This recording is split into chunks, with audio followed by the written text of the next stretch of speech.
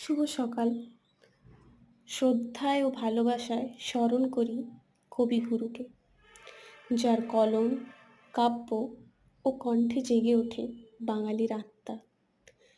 আমার চ্যানেলের সব দর্শকদেরকে জানাই শুভ রবীন্দ্র জয়ন্তী।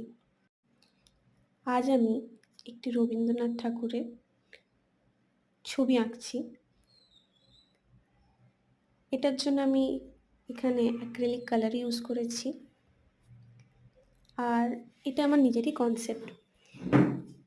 এই কনসেপ্টটা আমি নিজের মন থেকে বানিয়েছি। তো যারা আমার চ্যানেলে নতুন আছো তারা দেখে বলো যে ছবিটা কেমন লাগলো।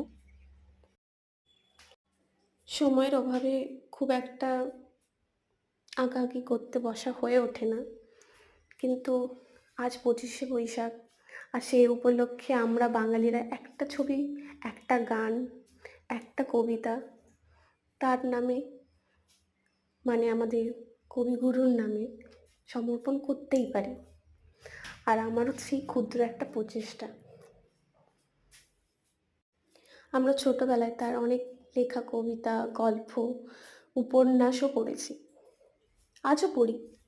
আজও তার গান আমাদের বাঙালির হৃদয়ে এখনও ছুঁয়ে আছে। আমার ভাবতেও অবাক লাগে যে একজন মানুষ এত প্রতিভাবান কী করে হতে পারে। তিনি যেমন ভালো কবিতা লিখতে পারতেন, উপন্যাস লিখতেন, আঁকতেন, গানও রচনা করেছেন, আরও কত কি তার মধ্যে প্রতিভা লুকিয়েছিল। ভাবতে অবাকও লাগে। বলে না, মানুষের গুণই মানুষকে আজীবন জীবিত করে রাখে। ওনার গুণ এখনো পর্যন্ত সবার বাঙালির মনে তিনি আজও জীবন্ত হয়ে আছেন।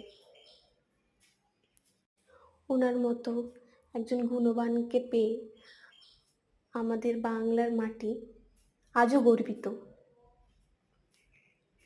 আর আমার এই ভিডিওটা যারা প্রথম দেখছো বা যারা দেখছো আমার চ্যানেলের পুরনো দর্শকরা, ভিডিওটা অবশ্যই একটু লাইক করে দিও, আর ভালো লাগলে একটা কমেন্ট আর শেয়ার করে দিও।